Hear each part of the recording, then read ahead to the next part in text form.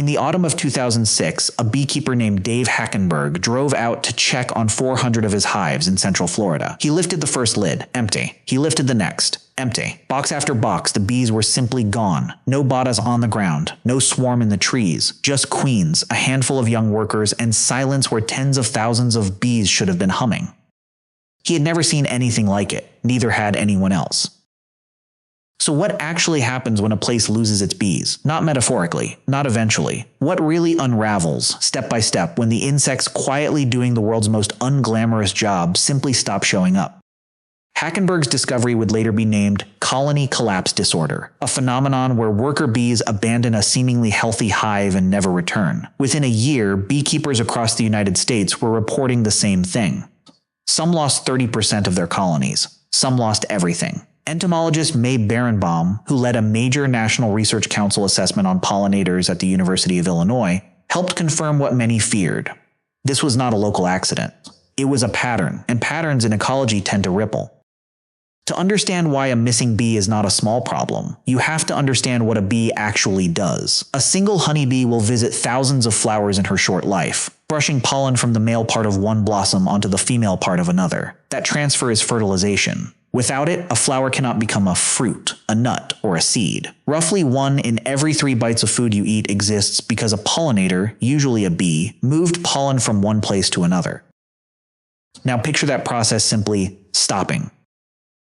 Researcher Dave Golson, who has spent decades studying wild bee populations in the United Kingdom, has documented exactly this kind of decline. And the clearest, most striking real-world example didn't happen in America at all. It happened in southwest China, in the apple and pear orchards of Sichuan's Hanyuan County.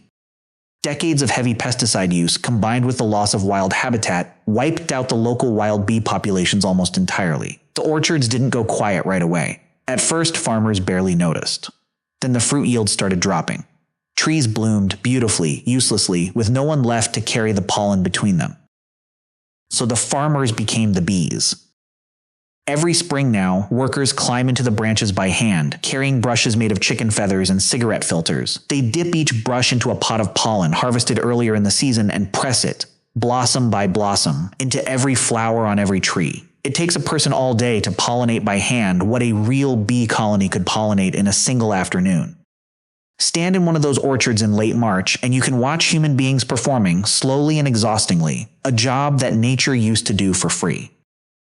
That image is the central question, made physical. What happens when a city, a county, an entire ecosystem loses its bees? People start doing the work themselves at enormous cost, in a pale imitation of what was already happening for free.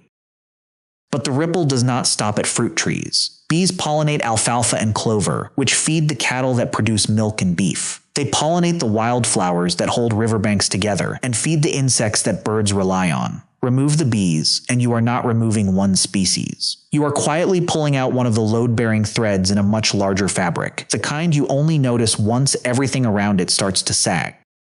Economists have tried to put a number on this. Pollinators are estimated to support more than $235 billion in global crop production every single year. That number does not include the wild plants pollinators sustain for free, the ones holding entire ecosystems together with no invoice attached. Researchers like Marla Spivak at the University of Minnesota have spent their careers trying to understand why bees are vanishing in the first place. The honest answer is that it's rarely just one cause. It's a combination. Pesticides, particularly a class called neonicotinoids, interfere with bees' navigation and memory, so foragers sometimes simply cannot find their way home. Parasitic mites called Varroa destructor latch onto bees and spread viruses through entire colonies. Habitat loss removes the diverse, season-long wildflower meadows bees need to stay fed, and a warming climate shifts the timing of blooms earlier in the year, sometimes before the bees that depend on them have even emerged. No single culprit, just pressure stacking on pressure on an animal that was never built to withstand all of it at once. Here is the twist, though, the part that should genuinely surprise you. The bee crisis is not actually a story about bees being fragile. Bees as a category are remarkably resilient. Wild bees have survived ice ages, continental shifts, and asteroid impacts that wiped out the dinosaurs entirely. What collapsed in Sichuan and what nearly collapsed in Florida wasn't bee biology failing. It was an entire system of human land use, chemistry, and agriculture quietly removing the very thing it depended on, without ever noticing it was doing so. The bees didn't fail us. We dismantled the conditions they needed to keep doing what they had already been doing for over 100 million years. And that reframes the whole question. This was never really a story about insects. It's a story about invisible labor, the kind of essential work that goes completely unnoticed until the moment it stops. You don't see a bee pollinating an apple blossom on your kitchen counter. You just see the apple. You don't see the decades of soil health, wildflower cover, and pesticide-free foraging that made that apple possible. You just see the price tag. Think about how much of your own life runs on systems exactly like that, quiet, unpaid, and completely taken for granted until they break. So picture Dave Hackenberg again, standing in front of that first empty hive in 2006, lifting lid after lid, looking for a hum that wasn't there anymore. He wasn't just looking at a beekeeping problem. He was looking at the opening scene of a much bigger story, one being written right now in orchards on the other side of the world, where people climb trees with feather brushes, doing by hand all day, every spring, what a small, ordinary insect used to do for free, in silence, without anyone ever saying thank you.